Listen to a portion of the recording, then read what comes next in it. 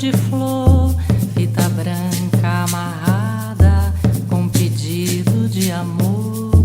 Atirei facho de fogo com canhão feito de ar, fio brilhante pendurado pra casar sol e luar.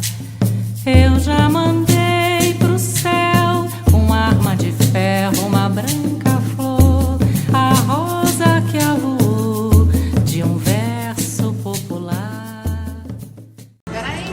Estou no campus da antiga Universidade Federal da Paraíba, Campus 2, que hoje chama-se Universidade Federal de Campina Grande. É aqui onde eu estudei. Esses prédios que estão ali no fundo foram as salas onde eu frequentava. Lembro como se fosse hoje, como se fosse agora. Eu, estudante com 20 anos, com 21 anos, com 22 anos, com 23 anos, estudando aqui com os meus professores. Não vou citar o nome deles porque eram muitos. Alguns deles eu nem quero mencionar. Mas eu poderia falhar com alguns, então eu não me lembro, porque eram muitos. E a gente da Universidade Federal é muito legal porque muitas dessas matérias a gente fazia com alunos de outros cursos. E na época a gente chamava a expressão, que eu acho que ainda hoje eles chamam, porque eu vi o aluno orientado pelo Ângelo Pessoa também usa a mesma palavra, né? Cadeira. Então a gente chamava cada matéria de cadeira. Então eu pagava os créditos, que era assim que se falava, e estudava as cadeiras: Introdução à Sociologia, Teoria Sociológica 1, Teoria Sociológica 2, Introdução à Antropologia, Teoria Antropológica 1, Introdução à Ciência Política, Teoria Política 1, História do Pensamento Político Social Geral, que eu fiz com o professor, isso eu vou falar, o professor Michel Zaidan, quem eu tenho muita gratidão, porque o professor Michel Zaidan ele me aceitava receber no apartamento dele, que ficava ali perto do Açude Novo. Eu ia lá muitas vezes porque eu não tinha dinheiro para pagar o ônibus para vir para o campus para estudar. E ele sempre muito generoso, ele me dava o dinheiro da passagem do ônibus. E eu tenho muita gratidão por ele, por esses detalhes. E porque eu tomei uma decisão muito complicada e deixei ele numa situação ética complicada, porque eu fui matriculado por nessa cadeira, como é que chama? História do Pensamento Político Social Geral, mas a professora oficial que eu deveria estudar era uma professora de direita. Eu não suportava, medíocre e de direita. Eu não suportava. Ele era jovem na época, ele estava fazendo o mestrado e doutorado dele lá na Unicamp, eu não me lembro agora em detalhes do currículo dele, mas ele tinha uma abordagem marxista, mas criativa, renovada, e um enfoque jovem, e era profundo. Me parecia a mim, que era apenas um jovenzinho, profundo conhecedor, era um erudito. Então eu fiz o seguinte: eu não ia suportar aquela professora, então eu fui estudar com ele, eu estudei o curso inteiro. Agora, o problema ético é que eu estava matriculado com a outra, então na verdade eu perdi, não havia o que fazer. Mas eu fiz uma decisão, eu queria aprender. Eu não estava interessado na burocracia interna da universidade, se ia constar que eu tinha sido aprovado ou não naquela matéria. Não estava preocupado não, porque eu queria ter uma formação marxista. Na época eu dizia, eu queria um marxismo ortodoxo, que eu acho muito engraçado, porque se tem uma coisa hoje que eu abomino, é a ortodoxia. Então eu ainda digo, eu sou marxista, foi aqui que eu aprendi, eu tive a minha formação marxista, mas pode ter certeza, hoje eu desço a linha nos ortodoxos, e muitos deles nem leram direito a obra de Marx, eles não conhecem nada, ou quase nada, da escola de Frankfurt. Eu já vi isso, um doutor importante, não vou dizer quem é, escreveu sobre a China, filiado a um partido que nominalmente tem o nome comunista. E quando perguntaram para ele na live o que ele pensava sobre a escola de Frankfurt, Benjamin, Adorno, Marcuse, e ele disse: eu não conheço. Então, há comunistas que nunca estudaram nenhum autor da escola de Frankfurt. Mas foi aqui na universidade, esta universidade, que eu aprendi. Era teoria sociológica 2, né, que estudava também a escola de Frankfurt. E também vi recentemente lá na minha escola uma professora, doutora do Instituto de Educação do Unicamp, que fazia parte de um grupo sobre Benjamin. Ela não sabia em detalhes como foi que o Benjamin morreu e por que o Benjamin morreu. E não dizia claramente. O Benjamin era marxista, ele era judeu, e foi por isso que ele morreu. Ele morreu fugindo do nazismo e ele tomou comprimidos ou doses de morfina para morrer, porque ele não queria ser levado para campos de concentração. Essa foi a tragédia dele. Agora, hoje fala-se, os pós-modernos, né, falam muito de Benjamin, de Adorno, da escola de Frankfurt. Esse é um extremo. E sempre se esquecem de dizer que eram autores marxistas. E o outro extremo é comunistas, marxistas, leninistas, ortodoxos, que não conhecem a obra da escola de Frankfurt. Ela é importante, porque é uma escola que marcou muito a minha vida. Talvez seja por causa disso que eu posso dizer. Eu ainda sou marxista. Mas eles também eram apelidados de escola crítica. Foi aqui que eu aprendi nessa universidade. E o marxismo crítico. No começo eu queria ser ortodoxo, né? Hoje eu não gosto de falar isso. Eu não vivo o tempo inteiro dizendo que eu sou marxista, porque até com a escola de Frankfurt e de Antônio Gramsci e com o próprio Marx, eu aprendi que o marxista tem que estar dialogando com as correntes intelectuais do seu tempo. Ele não pode ser uma seita de dogmáticos fundamentalistas. Os livros de Marx, de Engels e de Lenin não são uma Bíblia Sagrada que tem que ser lida de modo fundamentalista. E o marxismo não parou na época de Marx. É uma corrente que tem mais de 150 anos. Vamos dizer quase 180 anos, quase 200 anos. E tem gente que faz com os textos de Marx o que se critica nas igrejas evangélicas fundamentalistas. Isso eu aprendi aqui nessa universidade. O marxismo que eu aprendi não foi isso. E o outro é o do Lukács, né? Que é bem complicado, mas eu sou complicado. Por isso que, no meio das minhas complicações, na complicação que é a história desse país, eu me mantive dizendo, eu ainda sou marxista, mas o pessoal está falando o tempo inteiro. E se tem uma coisa que eu detesto, é ortodoxia. Não se esqueçam de dizer. Eu aprendi onde? Eu aprendi quantos anos eu tinha? Eu tinha 20, 21, 22. Hoje eu tenho 63 anos. É a primeira vez. Quantos anos? Eu estou emocionado. A universidade onde eu estudei ainda existe. Eu só não gostei que ela mudou de nome. Eu me recuso. Eu não estudei na UFCG. Eu estudei no campus 2 da UFPB. Era uma outra. Né? O lugar é o mesmo. Institucionalmente ela é outra. Eu não sei, não conheço. Mas o meu amigo Fábio Machado, com quem eu me reconectei, ele é professor de sociologia, que nós estudamos juntos, nos mesmos bancos escolares. Eu estou muito feliz, porque se tem um amigo daquele tempo que eu quero manter a amizade, é o Fábio Machado. Fiquei no chão com um punhal de aço, minha paixão, a rosa que brotou de um canto pra lutar. Atirei pedra no vento com um canhão feito de flor, fita branca amarrada com pedido de amor.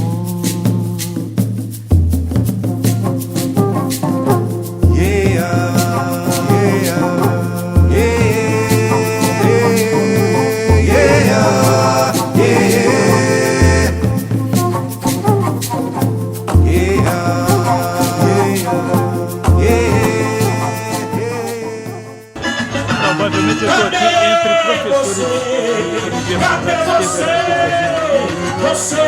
gosto da alegria, eu gosto do momento de reestruturação e organização dos sindicais deles, categoria das federais de educadores, e eles têm um status diferente do Mas um negrinho gostou da vida, sistema básico de ensino. Eu vi algumas coisas que acontecem muito dentro da universidade, mas tem coisas que eu gosto. Mas um negrito A esquerda geralmente está me excluindo no campo de luta universitária. Mas eu comprei até alguns votos. Mas tinha um negrinho que é compositor. Mas senhorita deixou seu nome na história. Eu não sei o que, Você parece aqueles neonazistas que vendem símbolo do racismo, mas também tinha. Eles não são tão puristas, eles não são a verdadeira esquerda. Mas é Brasil, o Brasil sempre foi assim. Olá, boa tarde, eu sou Fernando Cunha, sou professor da Universidade Federal da Paraíba e sou da diretoria da ADUFPB, que é a seção sindical do ANDES, Sindicato Nacional. Nós estamos aqui em Campina Grande, na Universidade Federal de Campina Grande, participando do 66º CONAD, que é um dos encontros nacionais de deliberação do ANDES Sindicato Nacional. Estamos atualmente, nesse momento, discutindo a plenária que está apontando, fazendo as avaliações do plano de lutas para 2023 e 2024. Eu quero que você explique melhor o que é a CONAD e esse plano de lutas. Então, o CONAD é um espaço de deliberação do ANDES, em que é um encontro como se fosse um encontro das seções sindicais, não é um congresso. O ANDES realiza anualmente um congresso, que acontece normalmente no início do ano, e na metade do ano ele realiza um CONAD, que é para que as seções sindicais reavaliem, reforcem o plano de luta, atualize o plano de luta tirado no congresso.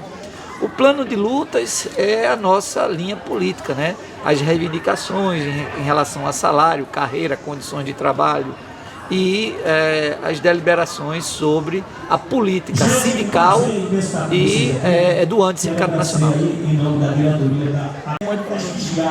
Bom, eu sou, como eu falei, né? Eu sou professor de educação física. Trabalho na linha da parte pedagógica do ensino da educação física, com a formação de professores, com a metodologia do ensino. Sou professor da UFPB já há 19 anos e sou atualmente um dos coordenadores do curso de educação física, né? Na verdade sou chefe do departamento de educação física lá da Universidade Federal da Universidade Federal da Paraíba. Eu gostei, porque eu não conhecia você.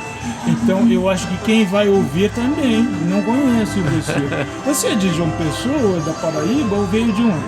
Não, eu sou de Pernambuco, de Recife, e desde 2004 moro em João Pessoa. E tenho a minha vida, já fui presidente da seção sindical e me sinto extremamente acolhido e um cidadão, mesmo sem ser, um cidadão pessoense.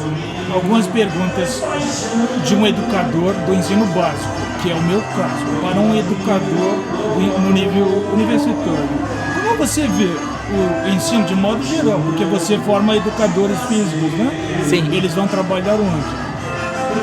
Os educadores físicos vão trabalhar na educação básica ou no ensino superior. Também nas áreas não escolares de academias, clubes, escolinhas esportivas, no SUS e também nas atividades de profissional liberal. Também é uma área extremamente atuante na educação física atualmente. Como que você vê a educação de modo geral no Brasil hoje? Bem, de um modo geral, eu avalio que a educação no Brasil precisa de ter mais investimento, precisa de ter melhor infraestrutura para que ela amplie aquilo que dê acesso aos bens culturais ao povo brasileiro. Para que isso aconteça, nós precisamos de escola com investimento público nesses espaços.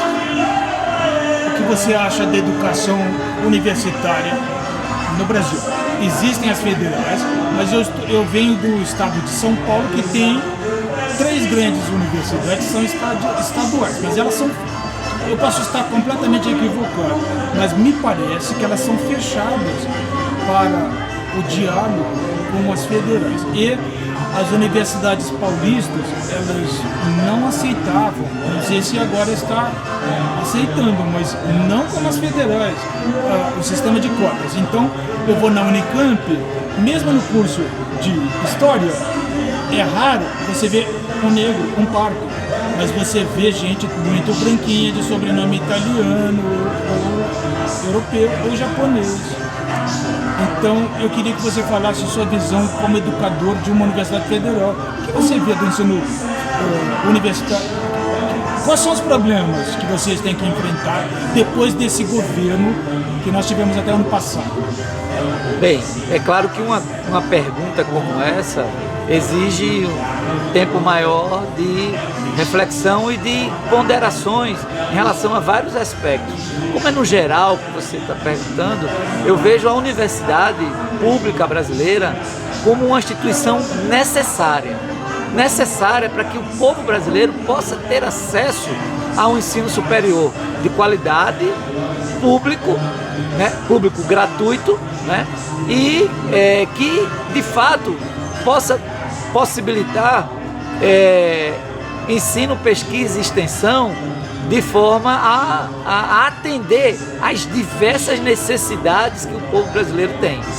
Uma delas, um exemplo só, quer dizer, nós acabamos de passar por uma pandemia, acabamos de passar por um período dificílimo, e quem esteve na ponta de lança, naqueles primeiros momentos de que a gente não sabia, a comunidade como um todo, inclusive da saúde, não sabia o que fazer, foram as universidades, e principalmente públicas, que iniciaram processos, que fizeram quebras de patentes, que começaram a produzir equipamentos necessários para ajudar a população, que colocaram à disposição seus profissionais qualificados para atender às demandas das secretarias de saúde no país como um todo. E isso tudo foi feito por conta de que nós temos uma estrutura que, mal ou bem, ela funciona, ela existe e ela é necessária ao povo brasileiro. O que é preciso fazer porque houve uma devastação em todo o país e na área da educação, porque a universidade foi também tida como inimigo. O que a gente precisa fazer para reconstruir o que foi destruído? Então, de fato, nós passamos por um período agora de 4 anos em que o governo colocou, não sou eu que estou dizendo, foi o próprio governo que falou isso, a própria ministra da Educação falou que a educação era o inimigo número 1. E nós tivemos um governo que teve 4, 5 ministros da educação. E todos eles fizeram um processo de destruição a passos organizados, que foram de tentativa de destruir programas e projetos fundamentais para a educação brasileira, ridicularizaram a formação nas universidades públicas e fizeram tentativas de privatizar a educação. Primeiro com um projeto chamado Futurice, que era uma lógica de mudar a organização como as universidades são, terminou não dando certo, mas depois com programas que tinham esse objetivo: diminuir as bolsas na iniciação científica, na assistência estudantil, né, no atendimento aos programas e projetos institucionais que as universidades tinham, e que agora é um momento de tentativa de reconstrução dessa instituição que funciona no país e ela é necessária. No caso, esse encontro aqui vai pensar nisso também, ou é só do ponto de vista dos educadores? Não, esse encontro aqui é um encontro de sindicalistas que pensam essa universidade pública, gratuita, pública, de qualidade, que defende que a universidade pública venha se expandir no Brasil. A universidade não apenas. As instituições de ensino públicas no Brasil, superior e nível médio, possam ser ampliadas para ter acesso maior acesso à população brasileira. O seu nome completo, eu não sei se eu pergunto. Meu nome completo é Fernando José de Paula Cunha. Muito obrigado. Nada. Valeu. Atirei facho de fogo com canhão feito de ar, fio brilhante pendurado pra casar sol e luar.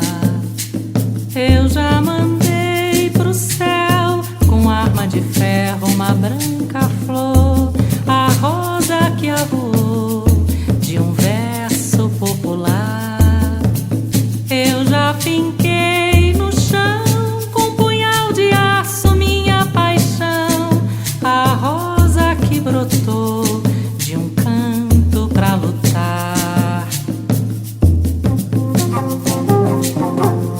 Atirei pedra no vento.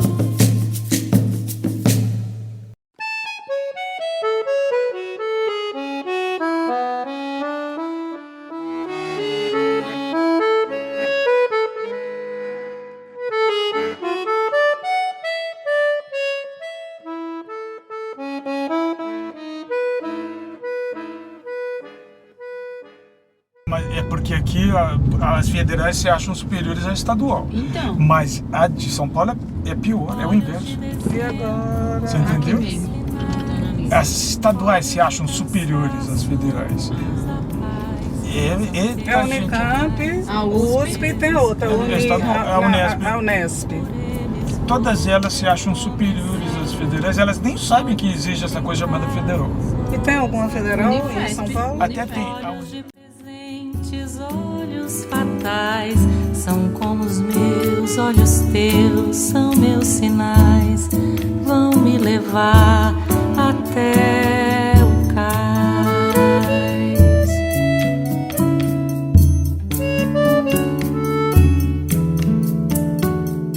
Olhos do Oriente, olhos judeus, olhos palestinos, índios, ateus, luz do olhar de qualquer lugar, são teus sinais, são olhos meus, olhos do Ocidente, olhos cristãos, olhos africanos, latinos, irmãos, olhos negros, americanos, vão ancorar no mesmo cais.